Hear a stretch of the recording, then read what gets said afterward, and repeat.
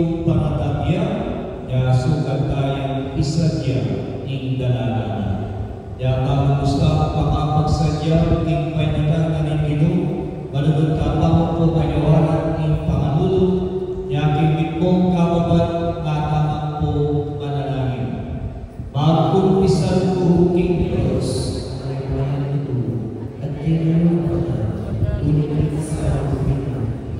Isip ang manawala kaya mo ko uli para pumula sa tatayang pinagpapagpapagpapag kaya sa dapat ay sa at kailangan pa na ipatalayan ko ni Diyos ang ito.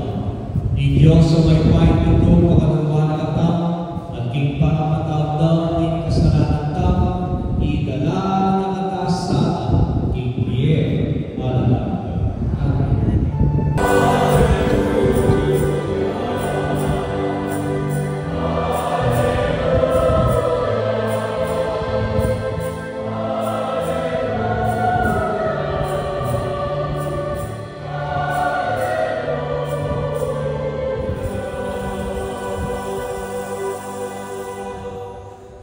Ing Ginoo manatili niya kaya kayo.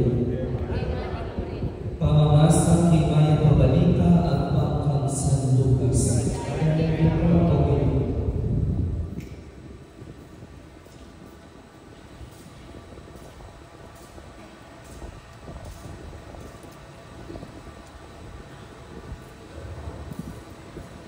Kaninang Herodes iyaingari ni Judea at metong asaserdoteng minagluan sa Kayas, miyembroya king grupo ring saserdote ng Abias, inagluning asawa na Elizabeth, at iti ibagyo king lahi ng Naaro na saserdote.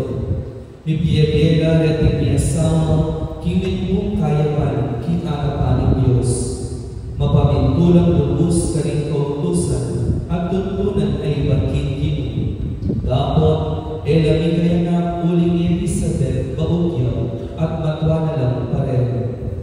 Misa niya ito, ing grupo ng Zacarias, ya iminutukan mga siwa king templo. Agpangkikaugalyan at tutukyan na rin saserdote, ya iniatasan amin pinintulog king insenso king altar. Inyali biya king templo ni Ginoo. Kabang tintakal atawag sulwal manalangin na king oras ning pangandulog. Kabudabot, be bakit yakeya ing anghel ni Ginoo. Makatalakadiya king kaaniwanan ni altar. King lugal anong lura tutulukan ing insenso. Panagit ng Zacarias king anghel, misdan niya ang mitaputan. Dapot nga yakeya ning anghel. Zacarias kay katatako, Dindam ng Diyos ikekap panalangin. Inya inasawang ni Elizabeth, mga nagyang metong alalaki, pamaladuan ni Juan. Tumula ka at magsaya, at nakalang tumula king pagabay ka, uling maging parangalya, king pinapanimanmaning kini. Eyang itong anak o nanumang inuman ang matalasin, at mikatuan nga king Espiritu Santo maliban king mismong pagabay na. Dakal na karing anak ni Israel din papagbalikan na king Ginoo karelang Diyos.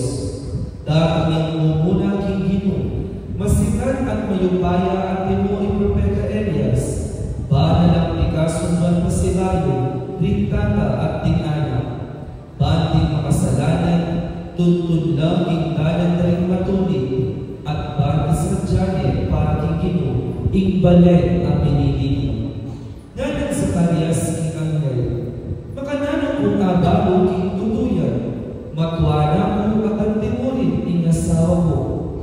Ako ni Gabriel na namiyakipan ni anghel, makatalagad ko arapan ni Diyos ang itubod ka na ko, bansabir ko at ipayabot kay ka itinayang abalita. Dapat kayo pala paniwalan ing balita ko, at ito ng mga palyari, botang miras na inidulog panahon. Uling kamaniwala, mapipikang, manatili kang kapagsalita hanggang matupad ipangako ko kaya. Pani pamarinayan din ng waldi tao isa Zacarias.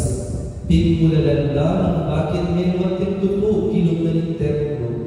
Inyang linwalda, makapagsalita karela. Inya inisip dati nakit yung metong apami pamilya kilom na ng templo. Uling makapagsalita, sininyan na namo parindamat na imburi ng sabihan karela. Kaya hinalimbang silbi ng templo, minuli niya bale, Zacarias, at kalabas na rimaki ng Erdo, milagdan niya Elizabeth asawa na, at ligtatun niya king bale, kilog na rin 5 bulan. Seo pa na umurin ni Kino, king kapaminataniting may palyani, nga nagsinabing Elizabeth. Segi pa na po, king marabul akamarinayan, king arapan daling tao. Kaluguran ng kapatid, himayat ng balita ni Kekatang kaligtasan. Ita mo, may kakaitan. Ngunit magyari Kekatang Zacarias sa Kuya Elizabeth, lalo na Kekatang tala sa pantayan. Metong dapat tamo mo naman po aakit Kekatang tutwa. At nano po ito? At iniya yung pagdilibang po karening miyasa o karen na era sinawa king pamanyuyura king apo ito.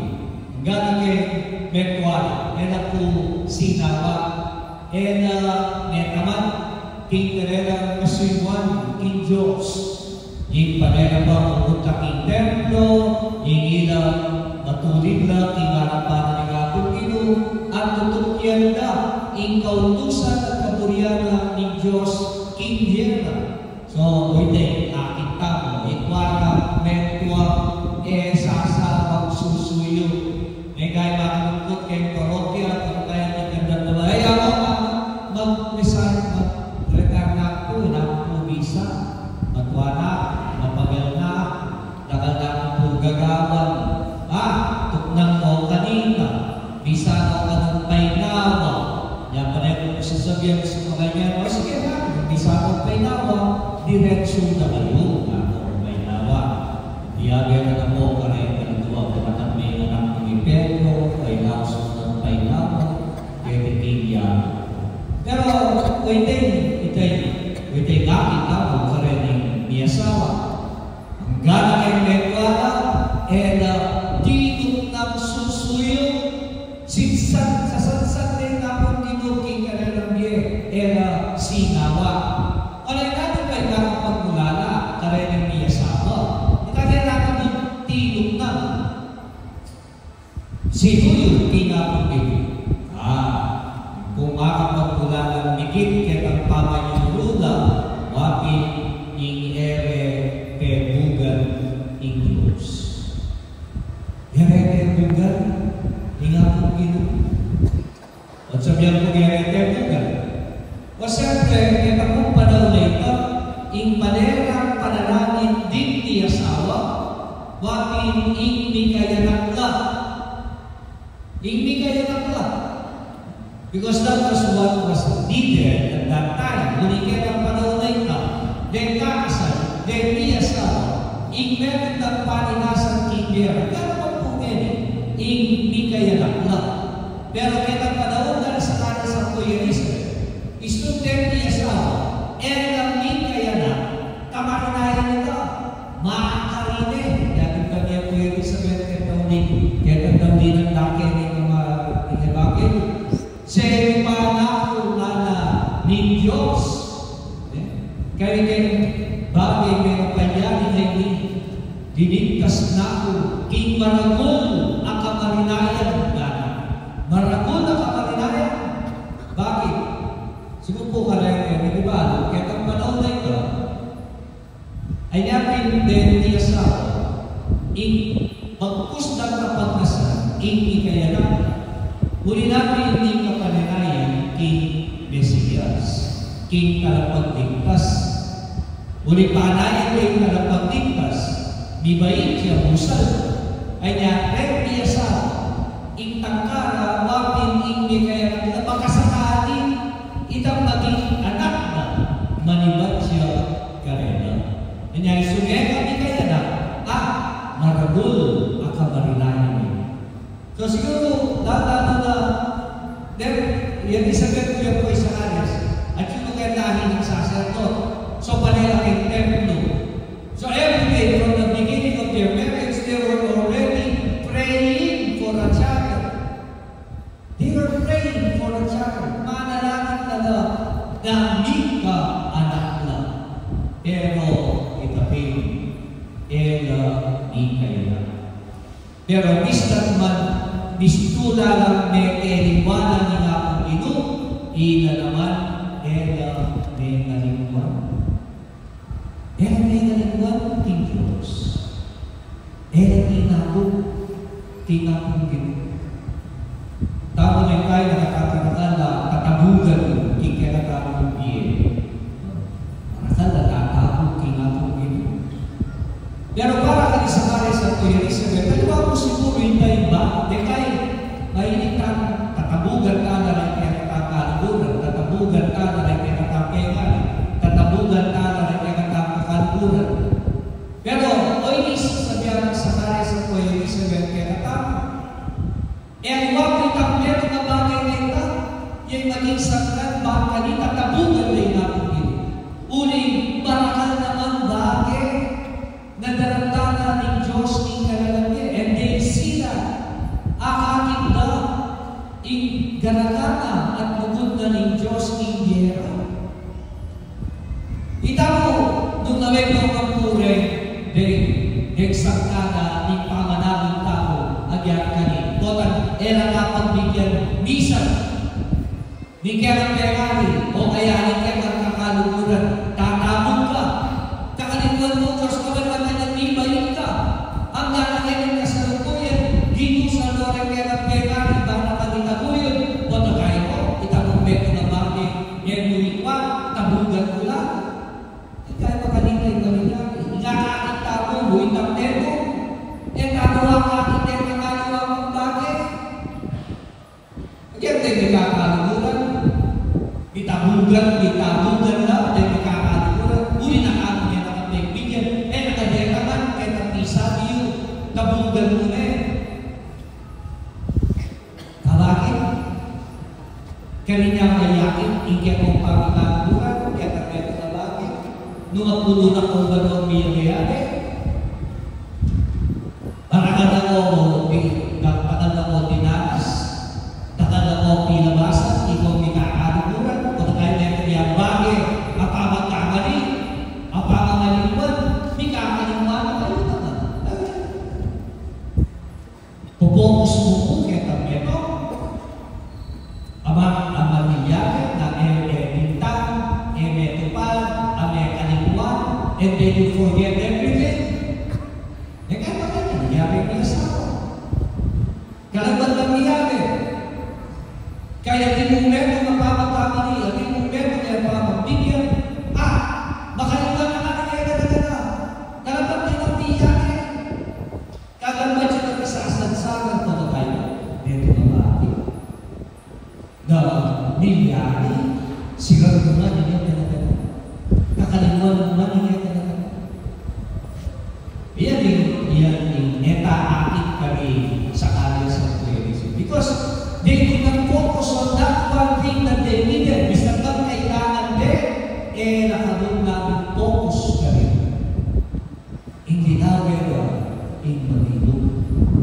In kaya ulan na ganakala ni Apong Gino in karerang biye. Ngayon ang mga kinapong Gino.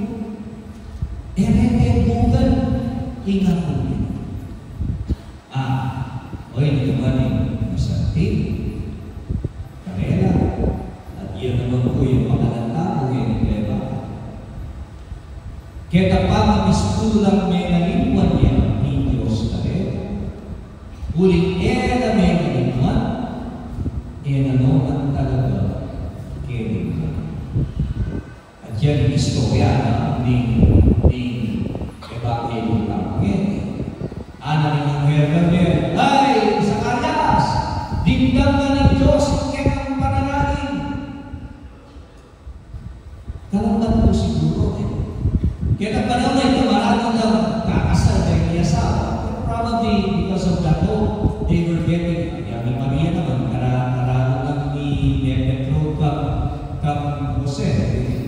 As of the story, she was just a young girl, mga 16. So, kaya marami ng kakasal. Sabihin na naman sa Laris ng Kuya Elizabeth, they got married at the age of 20 and 18. Ay marami na kinasal.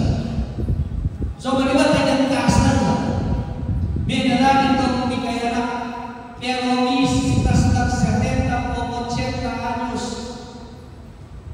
Kinalagyan niya nung magmetwal, dahil sa biyana ng Evangelyo, at magkakadero pwede panganak.